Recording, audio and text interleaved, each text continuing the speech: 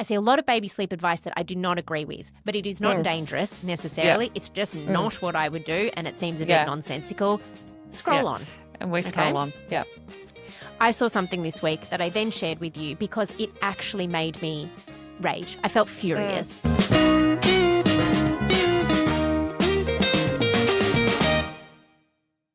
This is an episode of Nap Trapped that we haven't done before. We haven't. And I think knowing that I can speak from the heart because we are so wound up about this and it may not ever make it to air. Like, I think that's probably this is cutting room floor material, I suspect. Yeah, that's right. But I feel like we can sort of just speak the truth here because it really has. And like, I'm sitting up straighter now because I feel like really like it's been such a big couple of days thinking this through so many times from so many different perspectives, and we're both so passionate about how did this happen, and why this gives our industry such a name. Yeah, I think so you many said families. Yeah, you said it so like on point to me before that they are creating like the fires that we are actively trying to put out in the baby sleep industry. I guess to cut to it, we're raging a little bit at the moment. We're raging, and we're going to record a bit of a rage episode to get it off our chests. In particular, I saw and then shared with you, and you and I do not go down this path, right? We do not. We're not interested in having. No, gosh, no. The algorithm, I'm like, please send me golden retrievers and like Aperol spritzers in the Maldives. I don't need any more baby sleep content in my life. Alas, but we also don't go like we're not out here to like. I see a lot of baby sleep advice. Exactly. Yeah. I see a lot of baby sleep advice that I do not agree with, but it is not dangerous necessarily. Yeah. It's just not what I would do, and it seems a bit nonsensical. Scroll on. And we scroll on. Yeah. I saw something this week that I then shared with you because it actually made me rage. I felt furious. I saw a sleep consultant talk about how they had put a previous consultation, a 10-month-old baby, onto one nap already. I was like, well, don't do that. And then they re-met at 13 months of age. And the reason was that moving to one nap had worked well for a couple of weeks. Overnight sleep fell into place, yada, yada, yada. Things were looking up. And then it all started to snowball. The baby was needing apparently increased wake windows already, split nights, overnight wait, like it all just fell to pieces. And in my head, I'm thinking, okay, well, this is because we've moved to one nap way too early. And often I do see when this happens that it does start to feel really good for a couple of days, maybe even weeks. And then it starts to snowball because overtiredness compounds. Yeah, that's right. And the word describes, so this 13-month-old baby was then on a 7-hour wake window. Which is like what? In my head, I thought that's a full work day for some adults. That's where I was like, that's cooked. That is insane. But I'm still prepared to scroll on at this point. Because you do you. Like, you do. Yeah, like I'm like, wow, that's insane. I would never do that. But I'm still at this point going, oh, well, I'm not, whatever. Scroll on. Until this absolutely out of and look, I am a pediatric nurse. It is drilled into me from day one to work within your scope of practice. If it is outside of your scope of practice, you outsource. You ask for help, refer or you on, upskill. And it then really becomes part of your scope of practice. This sleep consultant went on to say that she then asked this mother, my heart's racing as I even think about it. So you've just mentioned it. To set the scene, this baby is having a nap, 7-hour wake window, has it wakings overnight and a split night. Yep. And described as being wired. Wired. And then the sleep consultant says to Mum, is there any ADHD in your family? Which, oh my goodness. At this point, I'm like, is not an whoa. appropriate question at the best of times. It gets worse. It gets worse. Because it was then all like a pat on the back moment of this couldn't possibly be, because this baby is on a 7-hour wake window. In fact, it was like announced, this isn't to do with sleep science. This isn't to do with sleep needs. This isn't a baby sleep issue. Chances are this is undiagnosed ADHD Yep. at the age of 13 months old. Not the fact that we drop to one nap at 10 months old. You cannot plant that seed. How do you know that like, let's say she's right. We'll put it out there. Maybe this baby is neurodivergent. How do you know that mother is open to that suggestion? That is not a complete blind sight. Like, we do not know how that is going to be received. And with what evidence and credentials, regardless of the course that they say that they are currently doing, you're not that person. Yeah. It destroys that wonderful sort of, whatever they've got left of themselves. Because remember, this baby went and saw a sleep consultant. The parents went and saw a sleep consultant because this baby was obviously not sleeping, and then they were given advice to drop to one nap at 10 months, which worked for a couple of weeks. So these parents are sleep deprived already, and they're on, an edge at this point. It worked for a couple of weeks, and then it's turned to custard again. And so now they've got months and months and months, and probably a whole little lifetime of terrible sleep behind them. They are exhausted.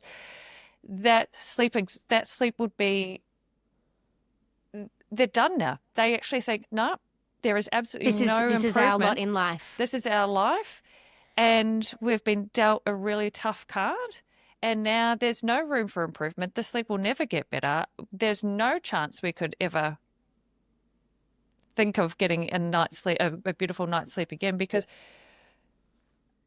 we've got a diagnosis it's out of our control. We've got a diagnosis. Yep. We've got a diagnosis from a sleep consultant. I saw in the news recently, is there like talk that perhaps a GP could now be the one to make a diagnosis in terms of neurodiversity? And when I think about the statistics of how many of us are neurodivergent, and I look at the numbers of the babies that I have worked with, not once would that come into consideration. Sleep is so important for regulation, for behaviour. You are not trying to minimise sleep for a little one that potentially has a neurodivergent. You are working to get the maximum amount of sleep that you can for these kids. You're not taking it away in the hopes that it's going to make their sleep better. The rage that I feel for this poor family, I feel rage for the sleep consultant that she hasn't stayed in her lane and she's jumped out, and then she's been super cocky about diagnosing a baby where she's got no place to be do fair, it. she says that, of course she's too young to diagnose, but in my experience, this is what it all is looking like. Which I don't, sugarcoat it all you want, but she's literally just told the family, See, that's the other thing. In terms of patient confidentiality, you said this to me before, and I think it's such a good point. Let's say even that baby does have ADHD. That they have just outed that family. So someone may know that family worked with that sleep consultant. That was the scenario. Maybe that mother didn't give them the indication. It was just like, this is just our lot in life. And then someone else sees that and thinks, oh, she didn't tell me that her baby has ADHD. Is it crazy of me to think that you can diagnose a baby of 13 months with ADHD? Is this something that can be done? I thought it was more towards preschool. It is. Maybe there's wild science to me. Yeah, it's just not. How do you? But also, there is, to me, the behaviour side of things is characteristic of a really overtired. That's it. kid. Fix the sleep problem. Before we even go down that path.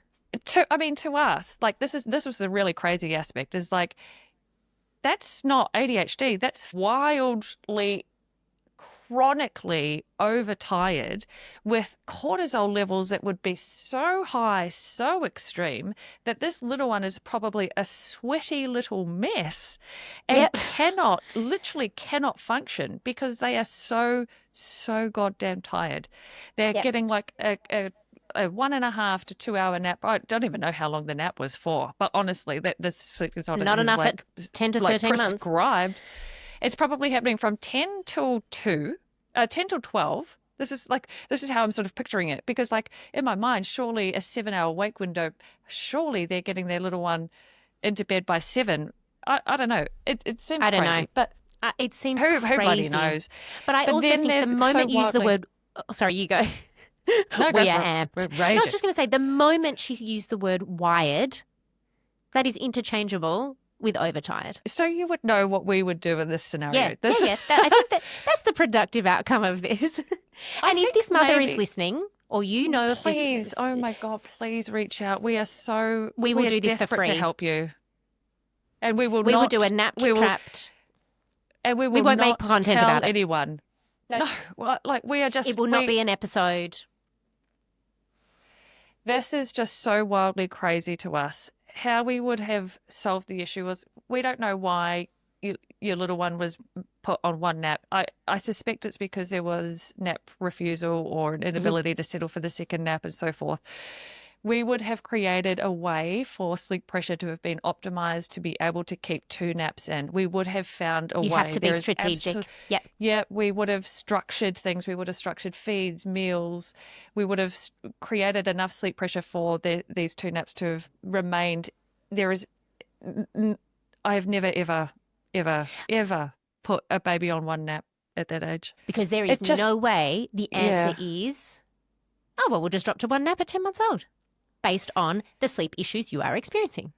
Yeah. So to me, even if, say, for example, you had 2 crazy naps, like they were like 2 30-minute naps in the day, it is still so much better to have 2 well-timed naps and go into a bedtime that's where your little one is kind of well rested to promote a little bit more sleep in the night, and then sort of working out, okay, the daytime sleep's not exactly, optimized, but, we've got to start somewhere. So we're going to start from the end of the second nap leading into bedtime, and we're going to work with that portion and go and then move through the night. And then we'd have to strategically work on the nights and so forth. And maybe it wasn't even a sleep a sleep training thing. Maybe it was it was off balance or off kilter somewhere. Something wasn't quite right. We would look at absolutely every avenue before that. So we would be getting the sleep on track, and then I think the youngest that I've ever dropped to one nap is probably 12 months, and that was because we've exhausted with every option. Yeah. And if it didn't work, if we didn't have success with the one nap schedule, then we were going back to the drawing board and finding a way to get these 2 naps back in, and finding a way. You're not telling them to go to the pediatrician to look. No, to we get are some not. Tools for it an would ADHD never cross diagnosis. my mind. It wouldn't cross my mind. That is so crazy. Yeah. But here's the thing as well. This is unsafe and out of scope. And this is the reason why people hate sleep consultants. Yeah. And watching that, I hate sleep consultants too. Yeah, so, I felt in that moment. I understood. I understood why people are like, it's an industry that's unregulated. And so which is true. Otherwise, I'd be ringing the governing body and reporting that. Yeah. It is wild. Yeah. They just put out a very brief post saying, this is your reminder that it is nowhere near within the scope of practice of a sleep consultant to be attributing your baby's sleep issues to undiagnosed neurodivergence. We work with neurodivergent children. It does not change the game in terms of how we fix the problem. We meet a baby where they are at. And if a certain baby needs a different wake window, sure, that is within our wheelhouse. It doesn't all have to be cookie cutter. But my goodness, is that so wildly inappropriate, unsafe, and out of scope. And not something that we subscribe to at all. Yeah. And we're just as outraged as a lot of the community are too. Yes. Probably more so outraged. More. Because the rage I raged. Yeah. And we've been thinking about it for 2 days now. Like we've been sitting on it for 2 days, and this is a really good outlet for us because we've got each other to talk to about it. But you guys will know that I'm not big on social media myself. I don't tend to get myself out there. But I really felt like making my TikTok entrance. I was cheering you on, Beck. But then again, really can I just say, I was just like, it's just so. We're even scared to do that. But someone can go on with their full chest, making wildly inappropriate statements and shocking baby sleep advice. Yeah. In my humble opinion. And you and I come with every caveat, tiptoeing around things so that we couldn't possibly say something that would aggravate someone, although we never really do because it's baby sleep. Yeah. But this, I draw a line in the sand. Yeah, I felt like I Not felt okay. like going straight to whoever it was that certified this consultant and then going, you really need to get this in check because this can't be happening. In this day and age, you cannot have someone going rogue like that. It felt rogue, it felt dangerous, and it felt super inappropriate. If we are unable to fix a baby sleep problem, I know that you and I are not above asking for suggestions. Like you and I have conversations around tricky cases. Absolutely. If I was nursing on the ward, there is no way I would just assume that I must know the answer to it. In fact, that is terrible nursing practice. You ask for help. You ask for input from the allied health. Like there is a whole team, and that is encouraged. And the tricky thing about being a sleep consultant, it is very much a solopreneur job. Yeah. But you find a mentor, you find a colleague, you nut it out, and you can also be honest. Sometimes I'll say to my families, do you know what? Leave that with me. I'm going to go and think. And you and I are both part of a forum that has sleep consultants from around the world doing exactly that. Yeah. This is why we created this podcast, because we don't have to just go out there like a cowboy and know it all. And you are allowed to not know the answer. You are allowed to ask for help. And you can also say, hey, this no longer feels within my scope. I think it might be best if you check in with your GP just in case there's something that, like, as a sleep consultant, I can't pick up. Maybe there's something else causing it, and it might be a good opportunity to chat with your maternal child health nurse or just get a fresh pair of eyes from a different perspective. Well, thanks for listening to our rage. I definitely feel better for getting it off my chest. And I do too. Apologies for the swearing. Maybe we need your crow sound as the bleep. So every time we swear, we're going to have it bleeped out with a fuck off crow. And you can read between the lines of what we're actually saying. Yeah, that's right. Okay. Thanks, Sally. I feel so much better. Me too. It's good to have a quick rage about the right thing. This is not what we're about, but there is a place to call out misinformation. Yep. And this is our first attempt. So bear with us. It'll be something way more chipper next week. Yeah. Send in your requests for chipper conversations. Although we have discussed that maybe we need to start a segment of what was the most cooked baby sleep advice you've seen this week, and why for us that's a bit cooked and what we do instead. So we'll be nice. Yeah. We'll be nice about it. This one was a bit more ragey. Yeah. And that was because we've never seen, like, this whole 11 years that I've been doing this, I've never seen anything like that. Anyway, we're back onto it, so let's just... Okay, we're okay. We got it. Okay, we're out. Catch up. End Bye-bye. chapter.